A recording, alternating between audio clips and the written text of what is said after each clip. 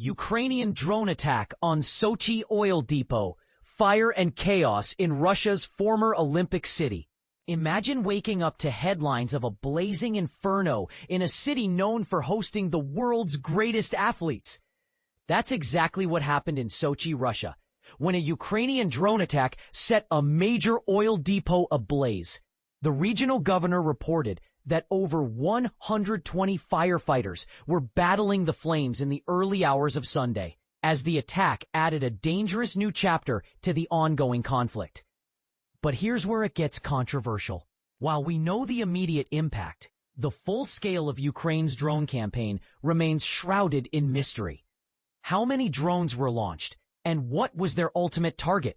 And this is the part most people miss. The ripple effects of such attacks extend far beyond the immediate damage. The attack on Sochi's oil depot, a city that once welcomed the world to the Olympics, underscores how the conflict's reach has expanded to include even the most unexpected places. It's a stark reminder that the war in Ukraine isn't confined to the battlefield. It's a global concern with far-reaching implications. But let's dive deeper. What do you think about the use of drones in modern warfare? Is it a necessary evil or an escalation we can't afford? Share your thoughts in the comments below.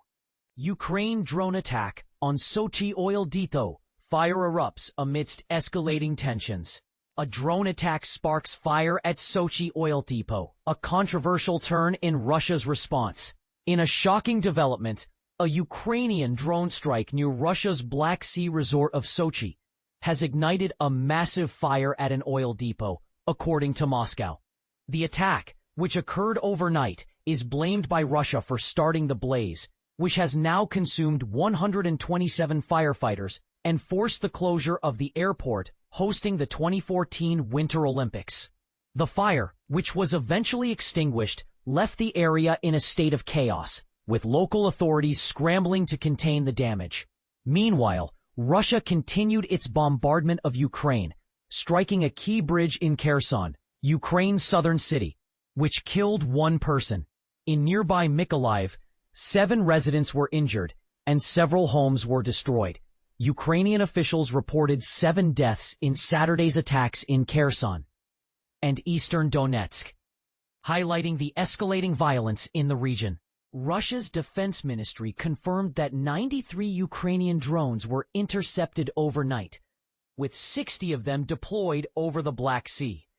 Ukrainian forces, in turn, stated that their air defenses shot down 83 drones and 76 missiles, with 16 drones and 6 missiles hitting 8 different targets. This escalation follows a particularly deadly week for civilians in Ukraine, including a Thursday attack on Kyiv that claimed at least 31 lives. The assault on Sochi's oil depot comes amid a broader strategy of targeting Russia's energy infrastructure, as Ukraine seeks to retaliate against Russia's prolonged military strikes on its energy grid. The Russian government claims the drone attack was just one of many launched by Ukraine over the weekend, with strikes directed at cities like Ryazan, Penza, and Voronezh, regions close to the Ukrainian border. Voronezh's regional governor noted that 4 people were injured in a single drone strike. Ukraine has remained silent on the strikes, choosing instead to focus on dismantling Russia's energy systems as part of its broader war effort.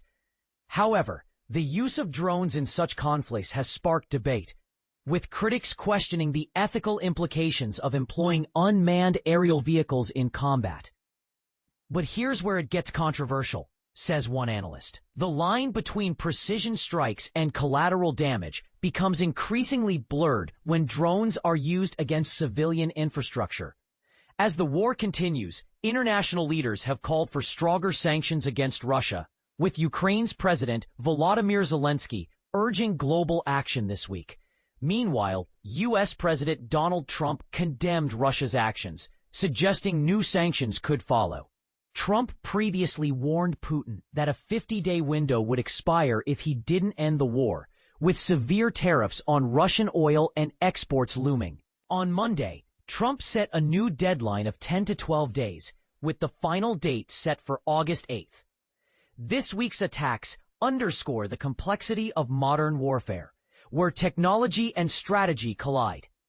As the conflict deepens, the role of drones in shaping the battlefield and the moral dilemmas they bring will remain a central topic of discussion. Ukraine strikes Russian oil facilities and military airfield. Imagine a scenario where one nation takes a bold step against another's vital infrastructure. This is precisely what Ukraine claims to have done against Russia.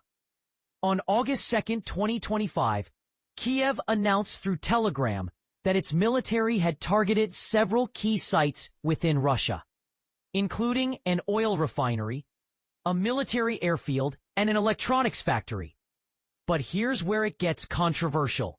Ukraine's Unmanned Systems Forces, USF, known for their expertise in drone warfare, specifically mentioned hitting the Ryazan oil refinery, located about 180 kilometers southeast of Moscow, resulting in a significant blaze. And this is the part most people miss. The attack also reportedly included the Ananefteprodukt oil storage facility in the Voronezh region, which borders northeastern Ukraine. While the exact method of the attacks remains undisclosed, the USF's specialization in long-range strikes suggests sophisticated technology was involved. Notably, there was no immediate response from Russia regarding these alleged attacks on their critical infrastructure sites. Simultaneously, Ukraine's SBU intelligence agency reported that its drones had struck the Primorsko-Akhtarsk military airfield, a site previously used to launch long-range drones against Ukrainian targets. The SBU also claimed to have targeted a factory in Penza, asserting that it supplies electronic components to Russia's military-industrial complex. It's worth noting that when Russia launched its full-scale invasion of Ukraine in 2022, Ukraine lacked the capability to counter Moscow's extensive long-range strike capacity. However, over the past 3.5 years, Ukraine has developed a formidable fleet of long-range kamikaze drones capable of delivering explosive payloads across hundreds of kilometers. In a related development, Russia's defense ministry reported that its units had intercepted 338 Ukrainian drones overnight, though the number of drones launched by Ukraine wasn't specified. Conversely, Ukraine's Air Force claimed to have shot down 45 out of the 53 Russian drones that approached its territory during the same period. On the Eastern Front, Russia's defense ministry stated that its forces had seized the village of Oleksandro-Kalino in the Donetsk region on August 2nd.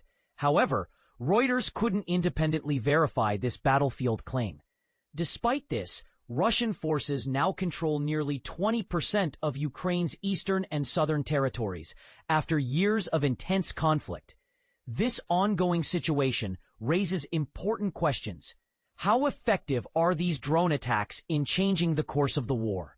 What are the broader implications for international relations and military strategy? We encourage readers to share their thoughts and analyses in the comments below.